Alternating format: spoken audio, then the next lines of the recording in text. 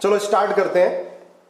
बेटा मोल चल रहा था, मोल काफी बड़ा है। इस मोल के अंदर हम 2-3 चैप्टर करने वाले हैं साथ साथ जो मोल से रिलेटेड है। ठीक है, पहले मैं आपको मोल याद दिलाता हूं। मोल क्या है, कैसे निकालते थे मोल? वेट गिवन होता था, वेट इन ग्राम अपॉन मॉलिक्यूलर वेट। ठीक है, अपॉन मॉलिक्यूलर वेट। अगर वॉल्यूम गिवन है एनटीपी पर लीटर में, तो हम डिवाइड करते थे 22.4 लीटर से। ठीक है, 22.4 वॉल्यूम एनटीपी पर लीटर में गिवन होता तो 22.4 लीटर से हम डिवाइड करते थे। ठीक है, 22.4 लीटर क्या है बेटा? Molar volume. एक मोल गैस का वॉल्यूम एनटीपी पर कितना होता था? 22.4 लीटर। तो हमें मोल फाइंड करना होता था, तो वॉल्यूम लीटर में अपॉन मोलर वॉल्यूम वो कितना है? 22.4 लीटर। ठीक है, एक टर्म आएगी बेटा नंबर ऑफ ग्राम इक्विवेलेंट। इसके बारे में हम डिटेल में पढ़ने वाले हैं। Number of gram equivalent, number of gram equivalent, इसका मतलब क्या है अभी आपको समझ में आएगा। ठीक है, नंबर ऑफ ग्राम इक्विवेलेंट, देखो नंबर ऑफ मोल्स बेटा given weight upon molecular weight, या वॉल्यूम गिवन हो लीटर में तो डिवाइड करेंगे 22.4 मतलब मोलर वॉल्यूम से। ये क्या है बेटा? Molar volume. This is molar volume. Molar volume, volume of a 1 mole of gas at NTP, अगर हमें वॉल्यूम गिवन होता है तो। अब हमें नंबर ऑफ ग्राम इक्विवेलेंट पता करने हैं। ये नंबर ऑफ मोल्स थे बेटा, ये नंबर ऑफ मोल्स। ठीक है, अगर नंबर ऑफ ग्राम इक्विवेलेंट है, क्या ग्राम इक्विवेलेंट क्लियर होगा अभी ध्यान से, है ना। बहुत एग्जाम्पल कराने वाला हूं मैं इसके। नंबर ऑफ ग्राम इक्विवेलेंट कैसे फाइंड करते हैं? वेट गिवन हो ग्राम में तो डिवाइड करते हैं इक्विवेलेंट वेट। अब आप कहोगे अभी कराया तो है नहीं इक्विवेलेंट वेट, यही कराने वाला हूं आगे। Given weight upon equivalent wait. Number of moles कैसे निकालते थे बेटा? Weight upon molecular weight. और नंबर ऑफ ग्राम इक्विवेलेंट पता करते हैं, वेट गिवन होता है तो इक्विवेलेंट वेट। ये इक्विवेलेंट वेट क्या है मालूम चलेगा। अगर वॉल्यूम एनटीपी पर लीटर में गिवन होगा तो डिवाइड करेंगे इक्विवेलेंट वॉल्यूम से।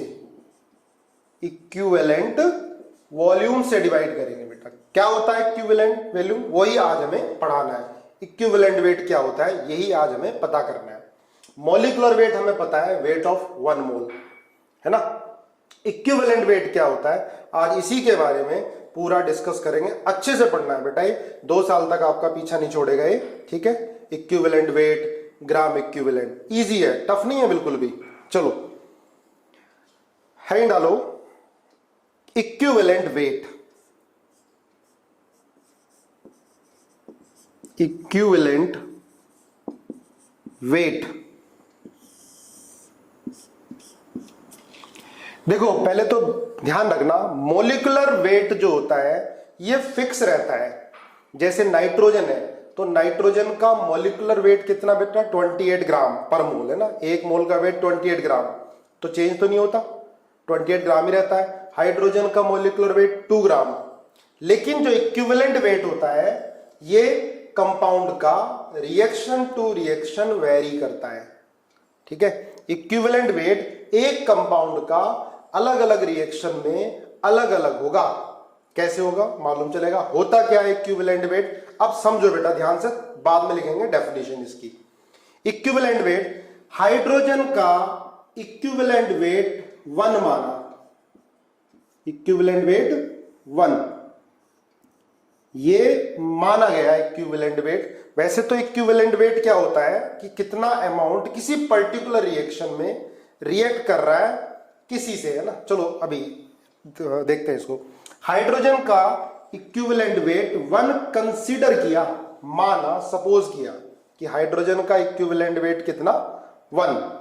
ठीक है, अब किसी और का इक्विवेलेंट वेट हमें पता करना होगा, तो इक्विवेलेंट वेट क्या होगा? The weight of substance which combine with 1 gram of hydrogen, जो भी वेट किसी सब्सटेंस का 1 ग्राम हाइड्रोजन से रिएक्ट करेगा या 1 ग्राम हाइड्रोजन को डिस्प्लेस करेगा, वो उस एटम का इक्विवेलेंट वेट होगा।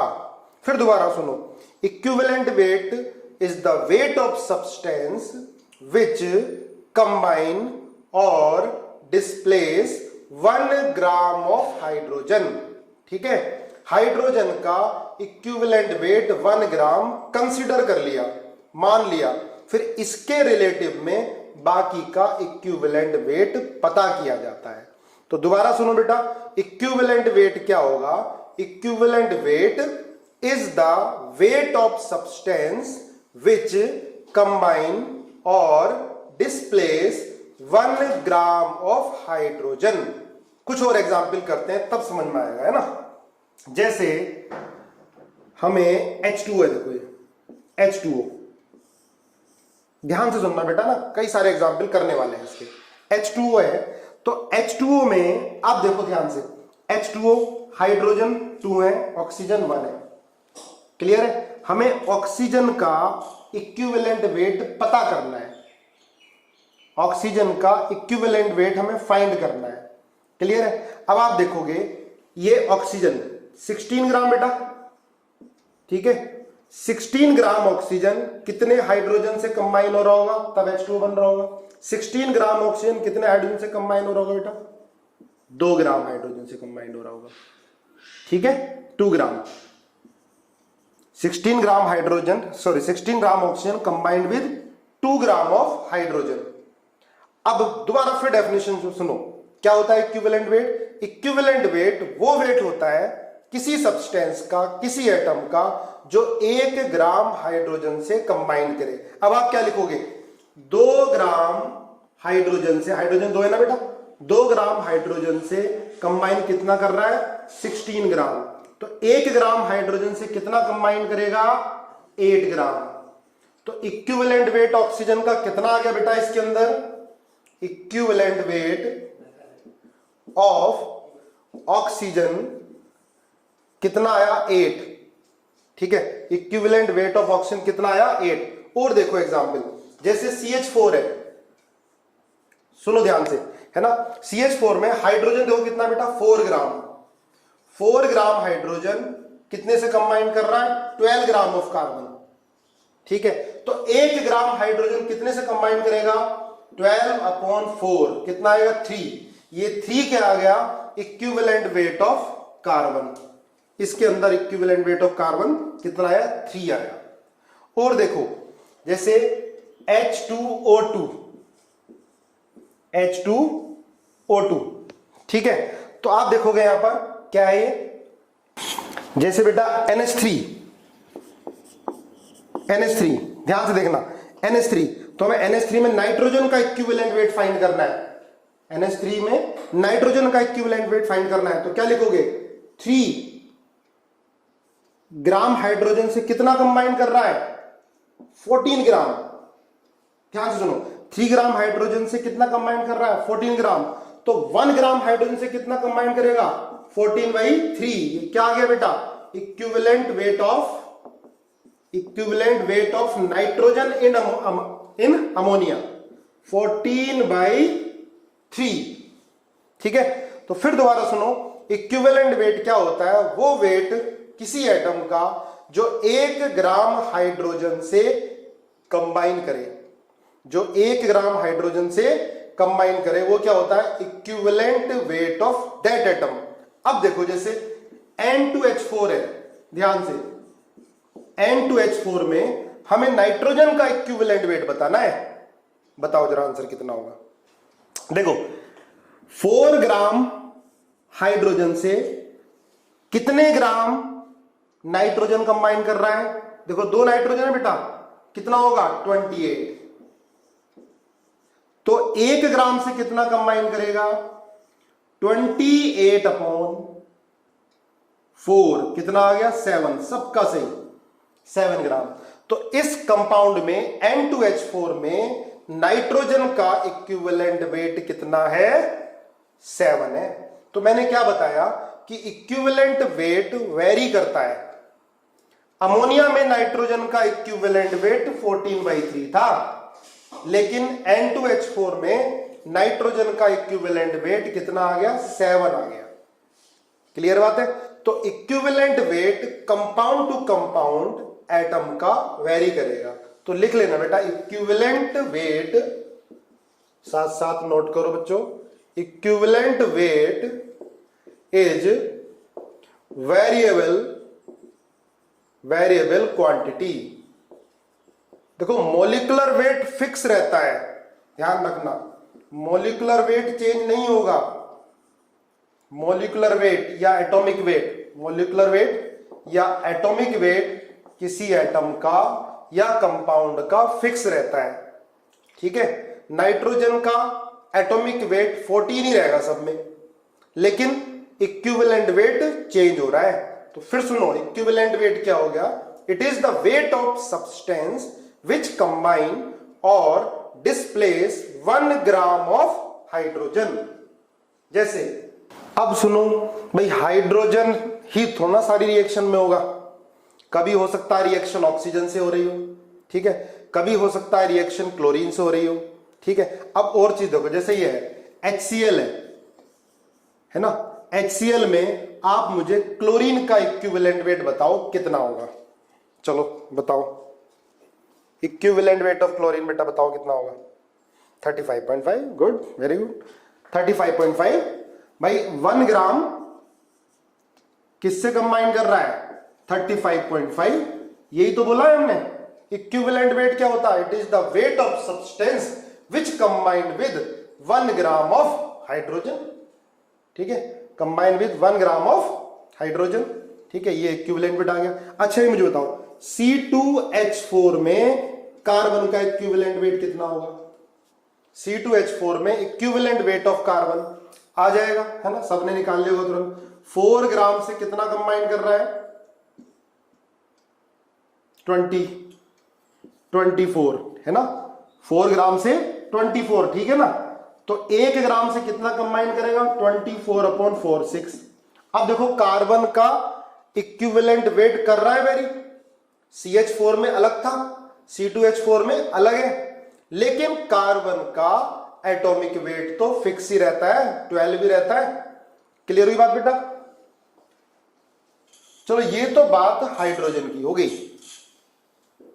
ठीक है, कि हाइड्रोजन का हमने 1 मान लिया, उससे बाकी का फाइंड कर लिया।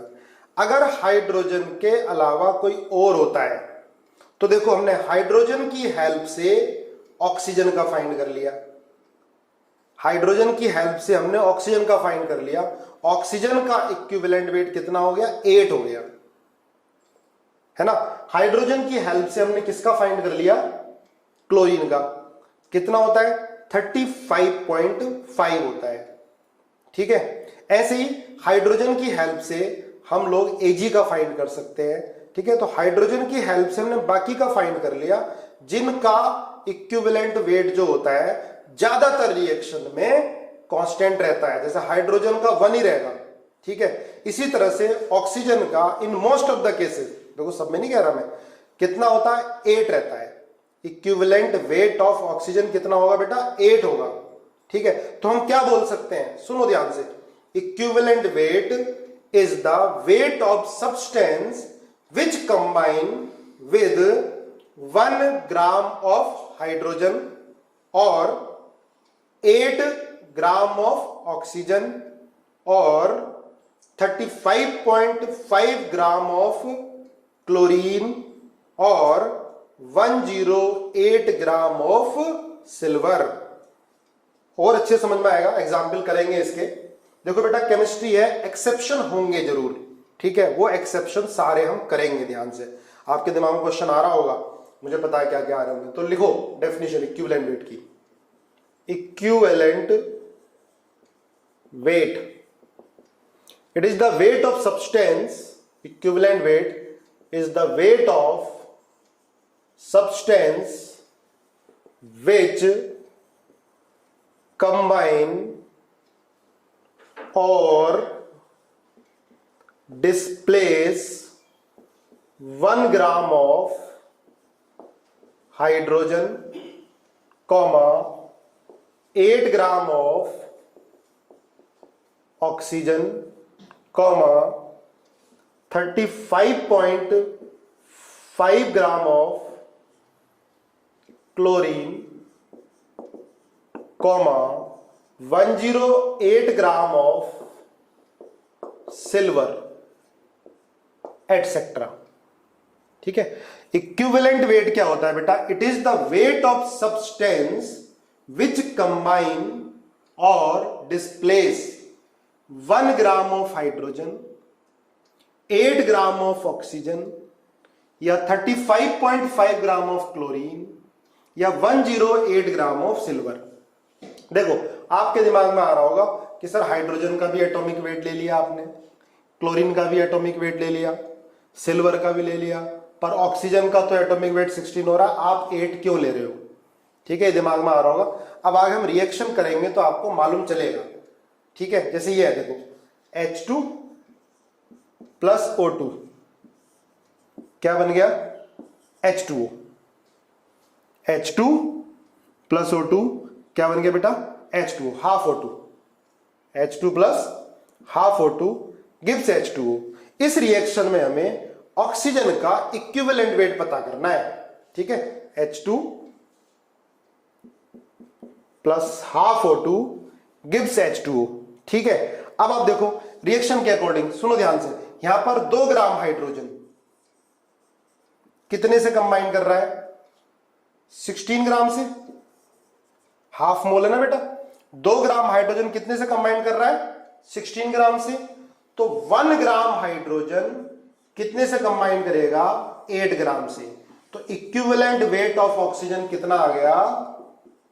इक्विवेलेंट वेट ऑफ ऑक्सीजन कितना आ गया? 8 ग्राम। इसके डायरेक्ट फॉर्मूले बताऊंगा मैं आगे, अभी बेसिक समझ रहे हैं। ठीक है, डायरेक्ट फॉर्मूले से बहुत इजी होगा, किसी का भी इक्विवेलेंट वेट निकालना होगा हम चुटकियों में निकालेंगे डायरेक्ट फॉर्मूले से, पर पहले बेसिक समझो, थोड़ा सा टफ तो होता ही है। इक्विवेलेंट वेट ऑफ ऑक्सीजन कितना आ गया बेटा? 8 ग्राम। अब हमें ऑक्सीजन की हेल्प से बाकी निकालना है, ऑक्सीजन की हेल्प से बाकी निकालना है। देखो C प्लस O2 से CO2, हमें कार्बन का इक्विवेलेंट वेट चाहिए, इक्विवेलेंट वेट ऑफ कार्बन। तो सुनो ध्यान से, अब हाइड्रोजन नहीं है तो क्या लिखोगे? Equivalent weight is the weight of substance which combine with 8 gram of oxygen, which combine with 8 gram of oxygen. चलो मुझे आंसर बताओ इसका, कार्बन का इक्विवेलेंट वेट कितना होगा? 3 ग्राम 3 ग्राम 3 ग्राम। चलो देखो, ठीक है भाई, 12 ग्राम हाइड्रोजन कितने से कंबाइन कर रहा है? किससे कंबाइन कर रहा है? 32 ग्राम से। पर हमें इक्विवेलेंट वेट किसका चाहिए बेटा? कार्बन का चाहिए। तो क्या लिखोगे? कार्बन का चाहिए, इधर लिखना है ना मैं।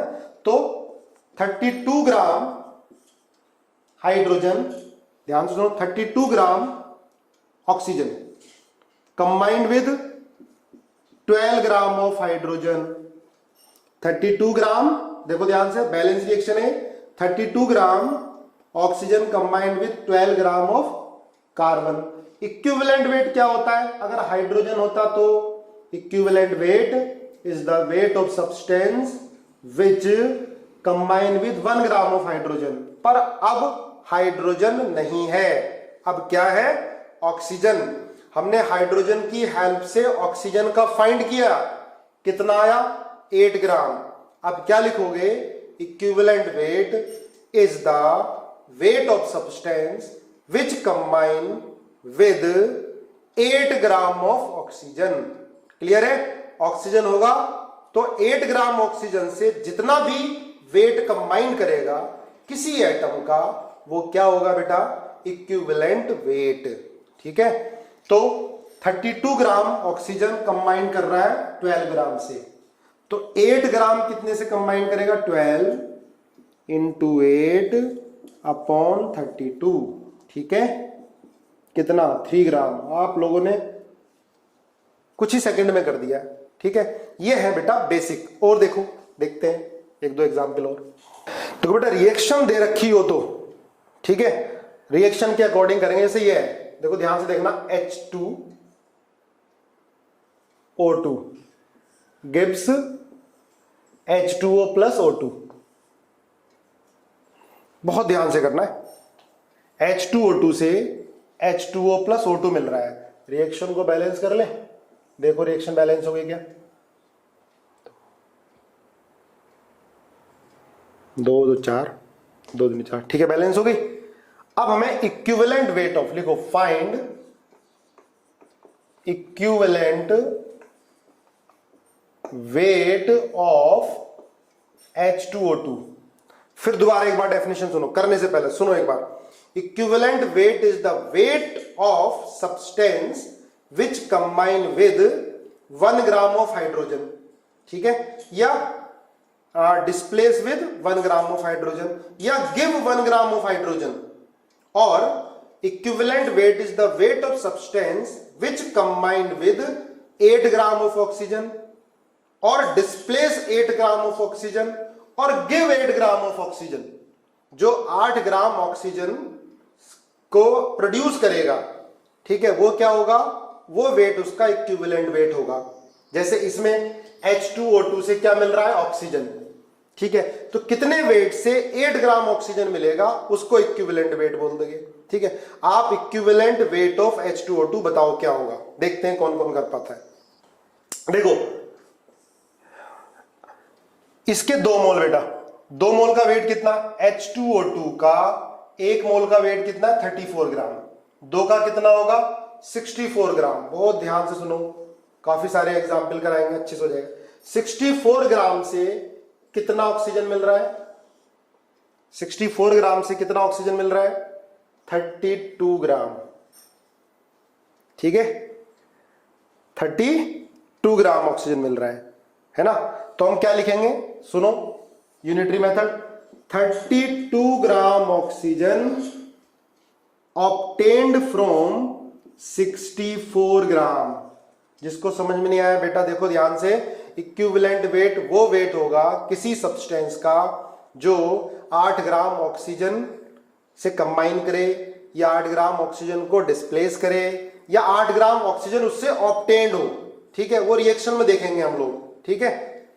तो 32 ग्राम ऑक्सीजन कितने से मिल रहा है बेटा? 64 से, है ना, 1 मोल है ना, 1 मोल मतलब 32 ग्राम, और किससे मिल रहा है बेटा? 64 ग्राम से, क्लियर है। तो 8 ग्राम ऑक्सीजन कितने से मिलेगा?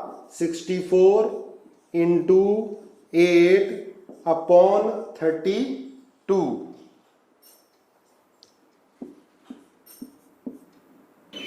देखो कुछ गलती तो नहीं की हमने, 32 ग्राम मिल रहा है 64 ग्राम से, 8 ग्राम मिलेगा, 64 इंटू 8 अपॉन 32, 68।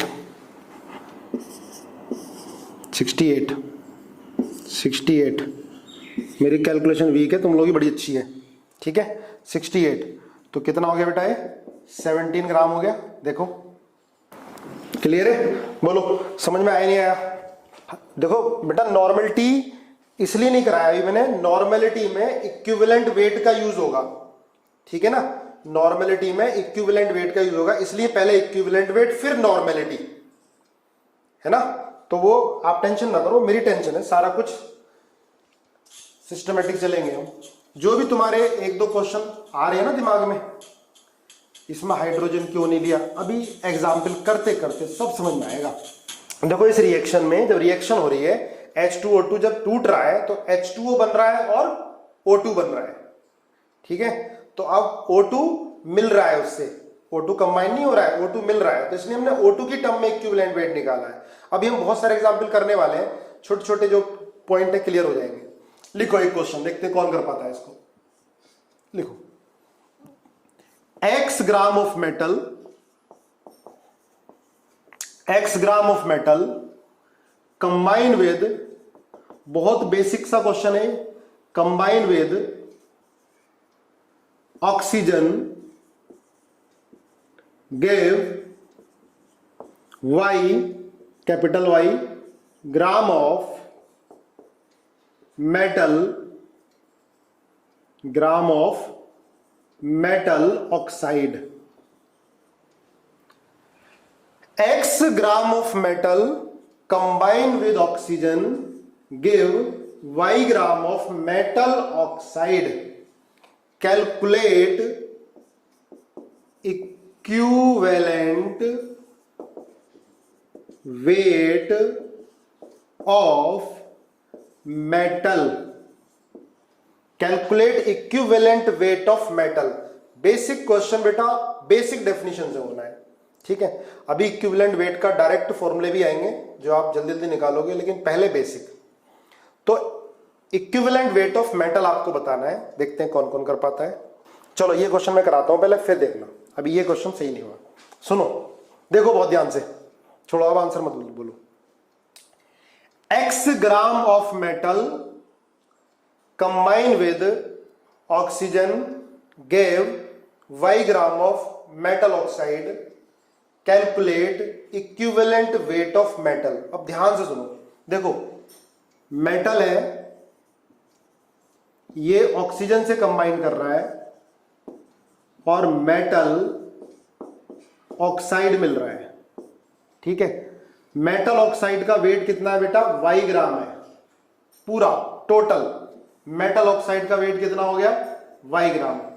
यहां मेटल का वेट कितना है बेटा? x ग्राम. ये गिवन है आपको पहले ही, x ग्राम. सुनो ध्यान से, मेटल ऑक्साइड का वेट y ग्राम है टोटल. इसमें मेटल का वेट कितना है? x ग्राम है, गिवन है. तो ऑक्सीजन का वेट कितना आ गया? यहां से y माइनस एक्स आ गया. बोलो, टोटल वेट मेटल ऑक्साइड का कितना बेटा? y ग्राम है. इसमें मेटल का वेट कितना गिवन है? x ग्राम. तो जो ऑक्सीजन कंबाइन हुआ उसका वेट कितना आया? y माइनस एक्स ग्राम आया. तो हम क्या लिखेंगे? y minus x gram of metal. सुनो ध्यान से, sorry oxygen. y minus x gram of oxygen combine with x gram of metal. Clear है? y minus x gram of oxygen combine with x gram of metal. देखो ध्यान से, तो 1 ग्राम कितने से कंबाइन करेगा? x upon y minus x gram. लेकिन definition क्या होती है? Equivalent weight is the weight of substance which combine और डिस्प्लेस 8 ग्राम ऑफ ऑक्सीजन. तो 8 ग्राम को कितना कंबाइन करेगा?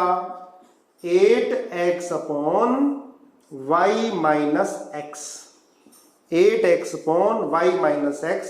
तो ये आ गया equivalent weight of metal. 8x upon y minus x, it is the equivalent weight of metal. Okay, मैं रिपीट करता हूं बेटा एक बार और, कुछ कह रहे हैं रिपीट. देखो पहले फिर से डेफिनेशन सुनो. Equivalent weight is the weight of substance which combine with 1 gram of hydrogen. अब इसमें हाइड्रोजन नहीं है बेटा, तो क्या लिखोगे? Equivalent weight is the weight of substance which combine with 8 gram of oxygen. Clear है?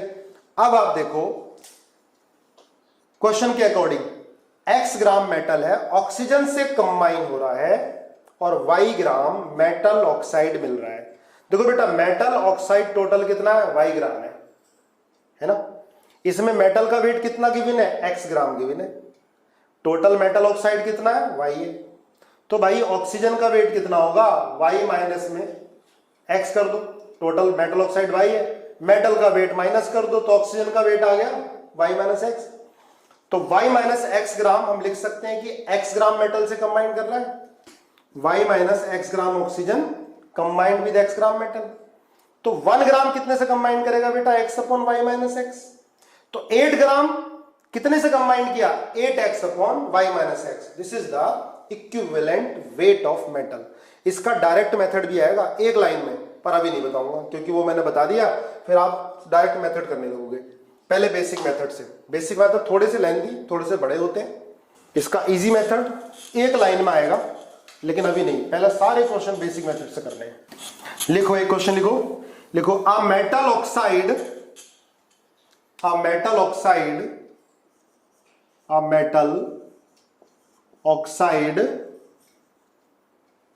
contain a metal oxide contain 60% metal. Calculate equivalent weight of metal.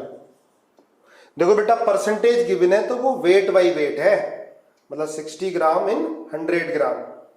तो a metal oxide contains 60% metal. Calculate equivalent weight of metal. Answer बताओ। A metal oxide contains 60% metal. Calculate equivalent weight of metal. भाई घबराना मत, इसका जब direct formula बताऊंगा बहुत easy है और ज्यादातर लोग डायरेक्ट फॉर्मूला ही बताते हैं, ठीक है। अभी बेसिक मेथड में तुम्हें कंफ्यूजन हो सकता है, चिंता ना करो। कुछ क्वेश्चन पूछ रहे हैं इसमें कि सर आपने रिएक्टेंट का ऑक्सीजन क्यों नहीं लिया। अभी नंबर ऑफ क्वेश्चंस करो, ठीक है, ये सारी चीजें क्लियर होंगी, है ना। जब डायरेक्ट फॉर्मूला करेंगे तो कुछ चीजें डायरेक्ट फॉर्मूले से क्लियर होंगी, तो अभी घबराने की जरूरत नहीं है। A metal oxide contain 60% metal, calculate equivalent weight of metal. देखो बेटा 60% मेटल का मतलब क्या है, 60 ग्राम मेटल है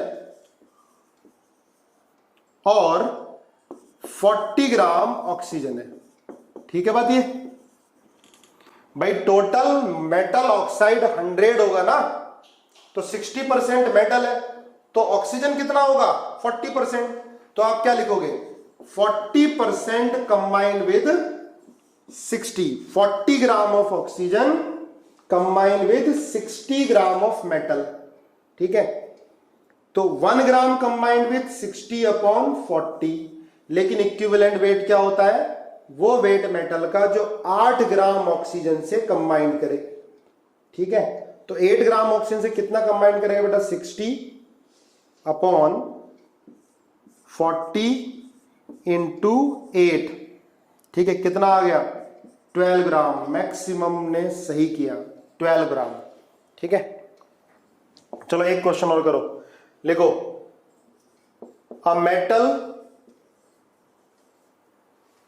ऑक्साइड कंटेन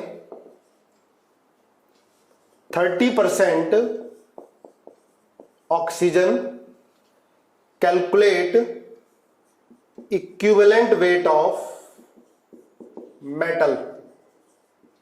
चलो बताओ आंसर। देखो बेटा a metal oxide contain 30% oxygen, calculate equivalent weight of metal, है ना। तो देखो 30% ऑक्सीजन मतलब 30 ग्राम ऑक्सीजन है ना, बहुत इजी है। और 70 ग्राम क्या है मेटल है।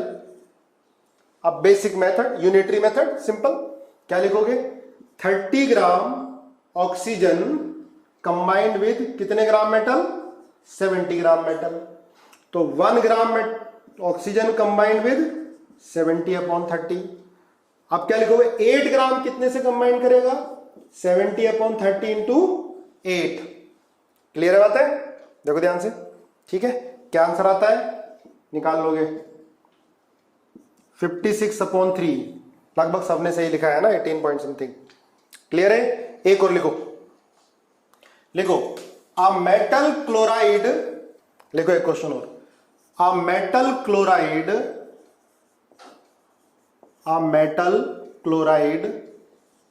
कंटेन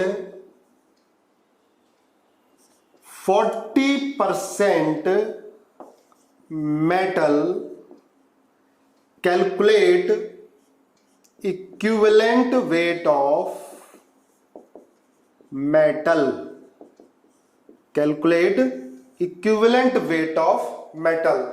ध्यान से सुनना बेटा, a metal chloride contain 40% metal, calculate equivalent weight of metal. Answer बताओ 23.6 71 अपॉन 37। चलो मुझे लग रहा सभी का सही है, बिल्कुल सही है। अब सुनो डेफिनेशन बेटा ध्यान से फिर से, equivalent weight is the weight of metal which combine with 35.5 gram of chlorine. देखो मैंने डेफिनेशन में लिखाया था आपको, देखो हाइड्रोजन है तो अगर हाइड्रोजन से रिएक्शन हो रही है तो 1 ग्राम ऑफ हाइड्रोजन, अगर ऑक्सीजन से रिएक्शन हो रही है कंबाइन हो रहा है तो 8 ग्राम ऑफ ऑक्सीजन, अब क्लोरीन है तो क्या लिखेंगे बेटा 35.5 ग्राम ऑफ क्लोरीन। तो करो पूरा मेथड। 40% मेटल का मतलब 40 ग्राम मेटल। ऑक्सीजन कितना, सॉरी क्लोरीन कितना 60 ग्राम, तो क्या लिखेंगे हम 60 gram of chlorine combined with 40 gram of metal। 60 gram of chlorine combined with 40 gram of metal। 1 gram combined with 40 upon 60। लेकिन क्या होता है equivalent weight? is the weight of substance which combined with 1 gram of hydrogen, 8 gram of oxygen, 35.5 gram of chlorine. अब chlorine है ना बेटा, तो क्या लिखोगे, जितना वेट मेटल का 35.5 ग्राम क्लोरीन से कंबाइन करेगा वो क्या होगा, इक्विवेलेंट वेट ऑफ मेटल। ठीक है, ये लगभग सबका सही आ गया था। 71/3 सबका लगभग सही आया था।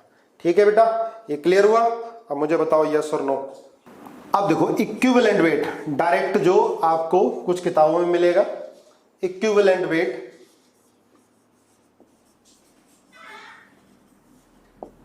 ये होता है molecular weight upon n factor, कोई एक्स फैक्टर लिखेगा, एन फैक्टर। अब बात है कि ये एन फैक्टर क्या है ना, इक्विवेलेंट वेट होगा बेटा, equivalent weight molecular weight upon n factor. अब ये एन फैक्टर क्या होता है ये हमें पढ़ना है। ठीक है, एक एक करके हमें सारे मॉलिक्यूल का, एटम्स का, एसिड का, बेस का, सॉल्ट का, ऑक्सीडाइजिंग एजेंट का, रिड्यूसिंग एजेंट का। अब ये एन फैक्टर है। ठीक है, एन फैक्टर कहीं पर वैलेंसी होगा, molecular weight upon n factor, ये इक्विवेलेंट वेट है, molecular weight upon n factor. अब आप लिखो पहला, इक्विवेलेंट वेट ऑफ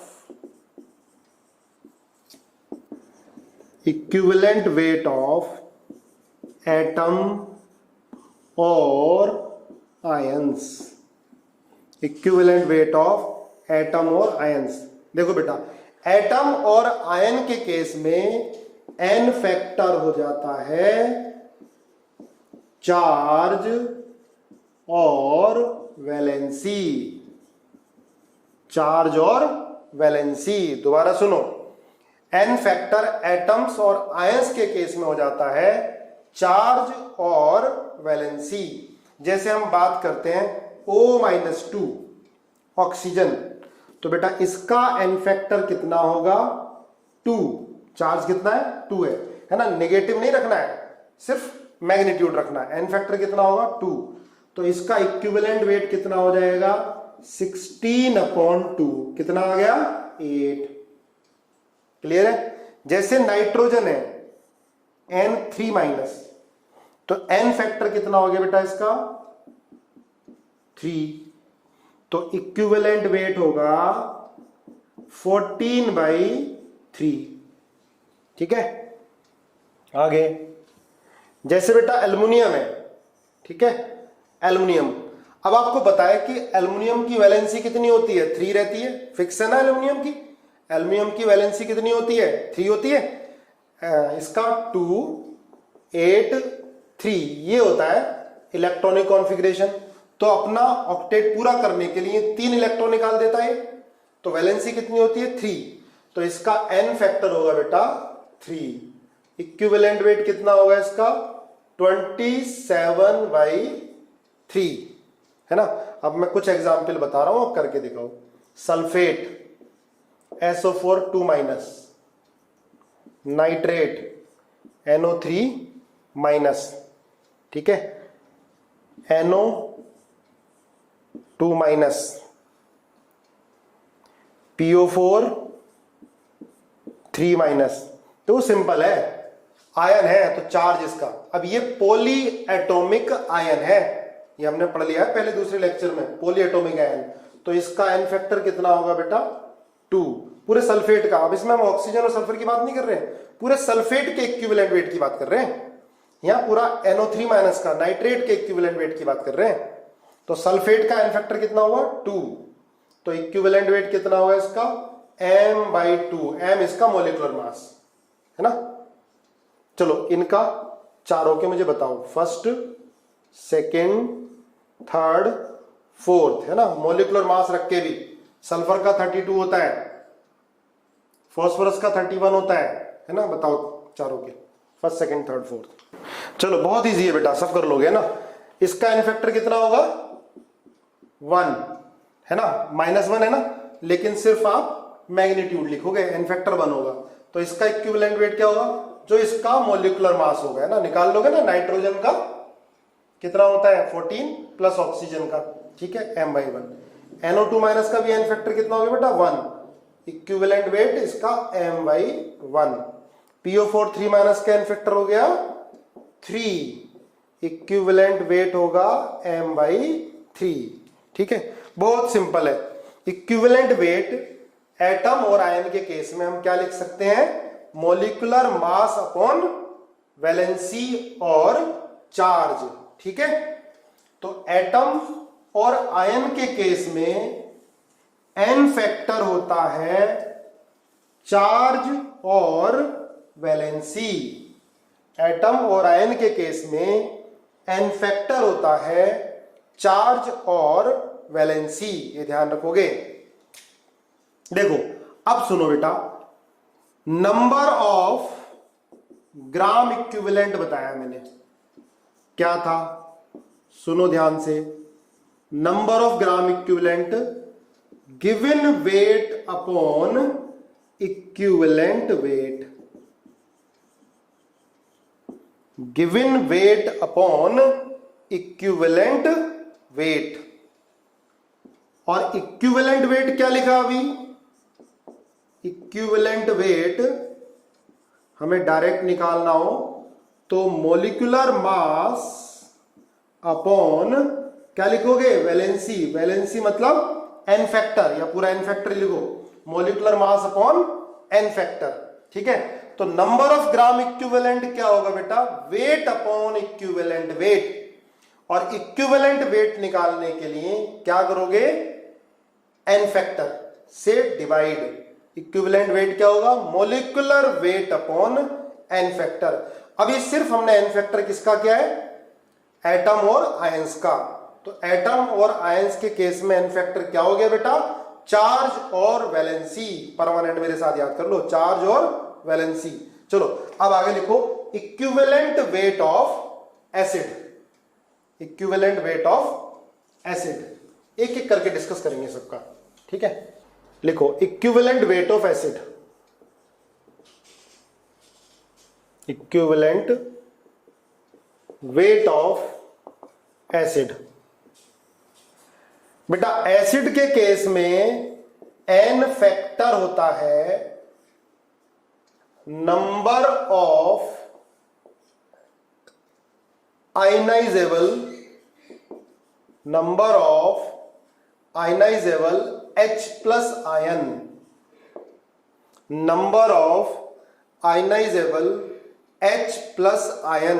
ध्यान से सुनो, अब कौन से हाइड्रोजन आयनाइज होंगे, या नंबर ऑफ रिप्लेसेबल, जो रिप्लेस हो सके, जिनको बेस हटा सके, वो हाइड्रोजन रिप्लेस होंगे, वो आयनाइज होंगे जिनको बेस हटा सके, ठीक है। एन फैक्टर क्या होगा बेटा, number of ionisable H plus ion, या लिखो number of H plus ion replaced by या डिटैच्ड बाई बेस, ठीक है।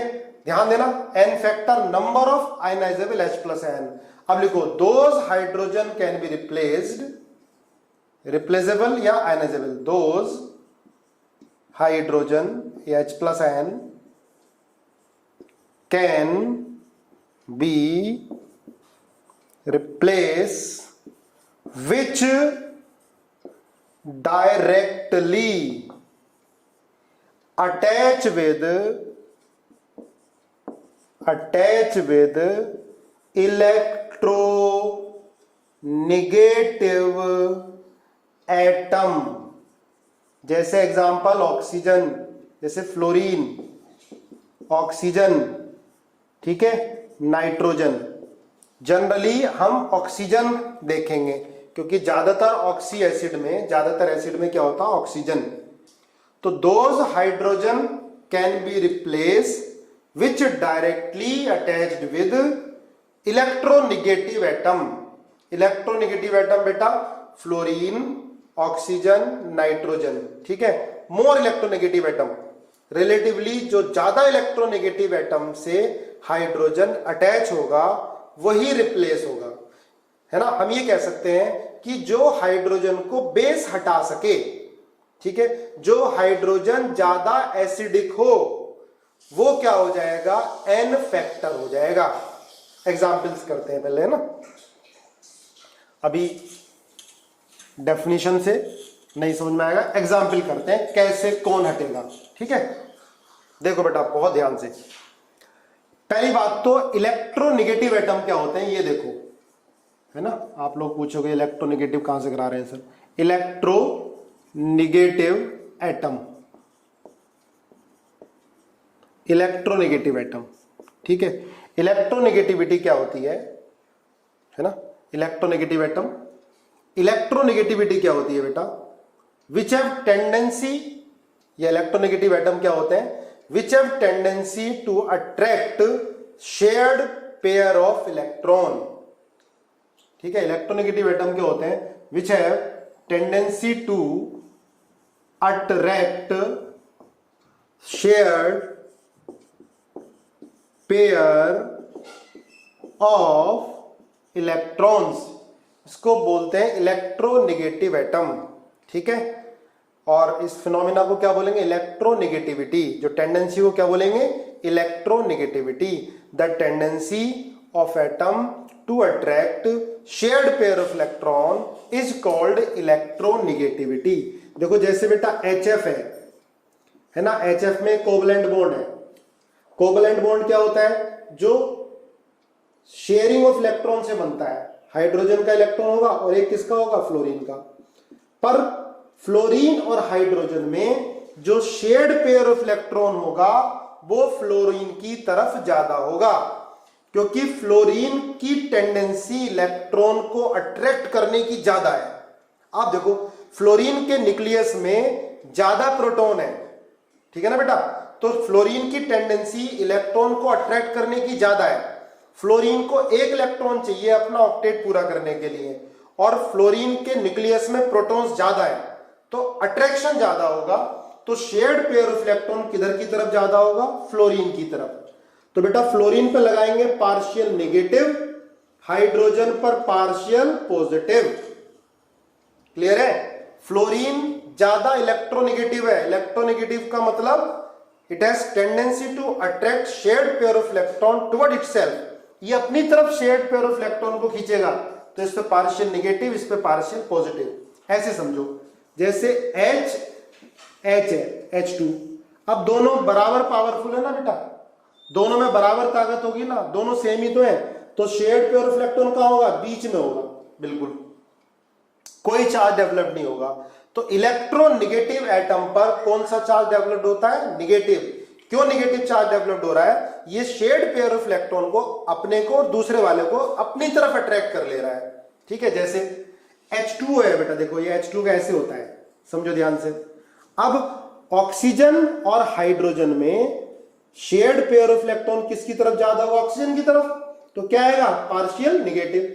और इस पे क्या आएगा बेटा, पार्शियल पॉजिटिव। ये डेल्टा पॉजिटिव पार्शियल को ऐसे ही है। इसका भी शेयर्ड पेयर ऑफ इलेक्ट्रॉन किधर की तरफ ज्यादा होगा, ऑक्सीजन की तरफ। तो पार्शियल नेगेटिव, ये क्या होगा, पार्शियल पॉजिटिव। बात समझ में आई। तो इलेक्ट्रोनेगेटिविटी क्या होती है, tendency of atom to attract shared pair of electron, ठीक है।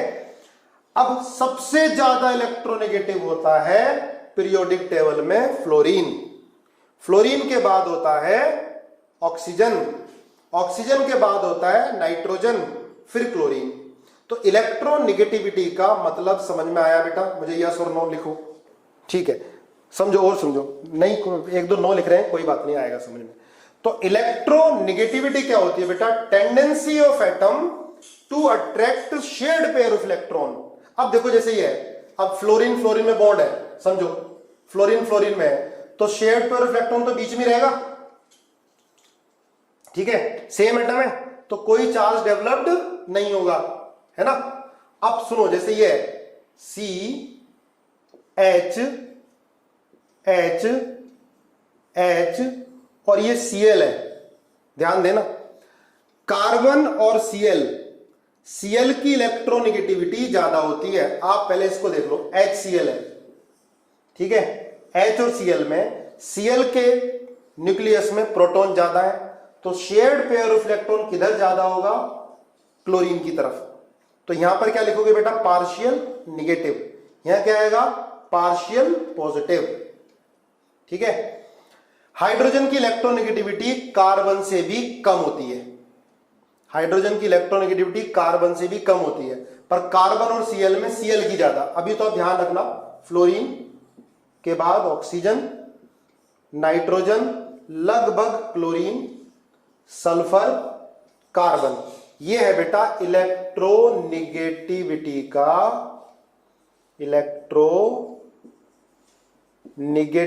का ऑर्डर है। सबसे ज्यादा इलेक्ट्रोनिगेटिव फ्लोरीन, मतलब फ्लोरीन अगर किसी एटम से लगा होगा ना तो सबसे इलेक्ट्रॉन पेयर को अपनी तरफ खींचेगा। सेकंड मोस्ट क्या होगा? ऑक्सीजन। थर्ड क्या होगा? नाइट्रोजन, लगभग बराबर क्लोरीन, दोनों लगभग बराबर होता है, फिर सल्फर, फिर कार्बन। इतने ध्यान रखने हैं, वैसे तो पूरी पीरियोडिक टेबल में काफी सारे होंगे, तो ध्यान रखना। मोस्ट इलेक्ट्रोनिगेटिव एटम क्या होगा बेटा? फ्लोरीन। अगर फ्लोरीन और क्लोरीन लगे हुए हैं ऐसे देखो, तो शेयर्ड पेयर ऑफ इलेक्ट्रॉन किसकी तरफ ज्यादा होगा? फ्लोरीन। तो यहां पार्शियल निगेटिव, यहां पर पार्शियल पॉजिटिव, ठीक है? अब यहां देखो कार्बन और Cl, तो शेयर्ड पेयर ऑफ इलेक्ट्रॉन किसकी तरफ ज्यादा होगा बेटा? क्लोरीन की तरफ। क्लोरीन की इलेक्ट्रोनिगेटिविटी मैंने कार्बन से ज्यादा लिखाई है, तो यहां क्या चार्ज आएगा? Partial negative. और इसकी वजह से यहां क्या आएगा? पार्शियल पॉजिटिव आएगा, ठीक है? अगर इस बॉन्ड की बात करते हैं तो shared pair of electron chlorine की तरफ ज्यादा होगा, तो इस पे क्या आएगा? Partial negative. तो हम क्या पढ़ रहे हैं बेटा? Equivalent weight of acid. तो एसिड के केस में n फैक्टर होता है क्या? Number of replaceable hydrogen. और कौन से हाइड्रोजन रिप्लेस होंगे? जो हाइड्रोजन डायरेक्टली इलेक्ट्रोनिगेटिव एटम से अटैच होंगे, जैसे फ्लोरीन, ऑक्सीजन, ठीक है? जनरली ऑक्सी एसिड के बारे में बात करेंगे, और ऑक्सी एसिड में हाइड्रोजन कहां अटैच होना चाहिए? ऑक्सीजन से। वही हाइड्रोजन रिप्लेस होगा। सुनो ध्यान से, जैसे हम बात करते हैं H2SO4 की, क्या होता है? सल्फ्यूरिक एसिड होता है बेटा ये। इसका स्ट्रक्चर अभी कोई जरूरत नहीं है आपको बनाने की, परेशान मत हो ना। स्ट्रक्चर बनाने के तरीके आगे आएंगे, अभी कोई जरूरत नहीं है, ठीक है? ये होता है बेटा H2SO4, ठीक है? दोनों हाइड्रोजन किससे अटैच होते हैं? ऑक्सीजन से अटैच होते हैं।